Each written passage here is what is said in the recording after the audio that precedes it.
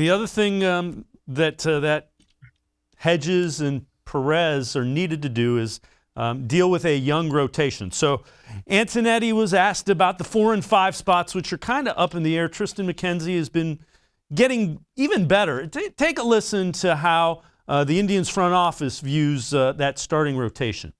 I'd maybe look at it as there being optimism with those spots, Paul. I think we knew going into the year that we were going to have young guys throughout our roster. We have the youngest pitching staff in baseball by a significant amount.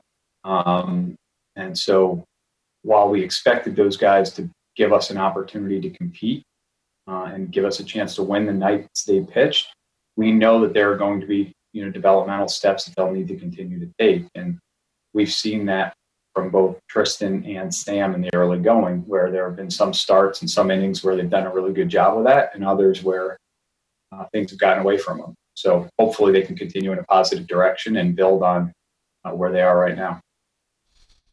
And John, again, you can't be understated.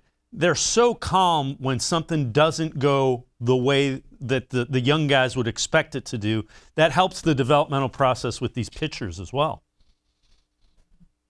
It does. It's all part of the equation of Cleveland baseball. And that's what has been the staple to this run over these recent years. The Indians have been the most consistent team in Cleveland sports throughout the years. And the reason why is because they have been exceptional, Dave, at drafting pitching and at scouting pitching and at building those arms up.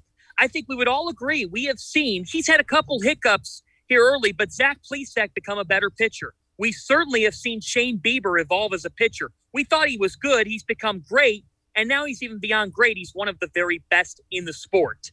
And so I think that they see that atmosphere. It really is a classroom.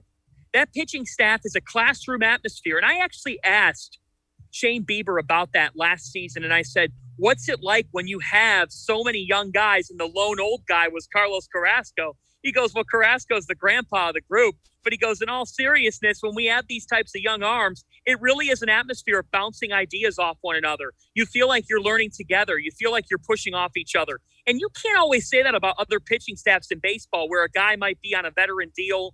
He might be in his second or third to last year. He might not have it in him to be in that type of clubhouse vibe. But for the Cleveland Indians, what they see is the work ethic of Shane Bieber, Zach Plesac, and how he's been able to progress, and Aaron Savali, who has continued to build himself, and they see those three guys and how they can be able to help Triston McKenzie, Sam Hentges, and company. What I would say is a concern is that when you do have some inconsistencies at the 4 and 5, and you have an offense that can be very cold, what's the longevity of that as the season goes on? But you know what? I think that the Indians have faith in their young arms, and they should, because they've proven throughout the years that guys can work through it. Guys can make progress, and that's why they've been as good as anybody in baseball at evolving their youthful arms.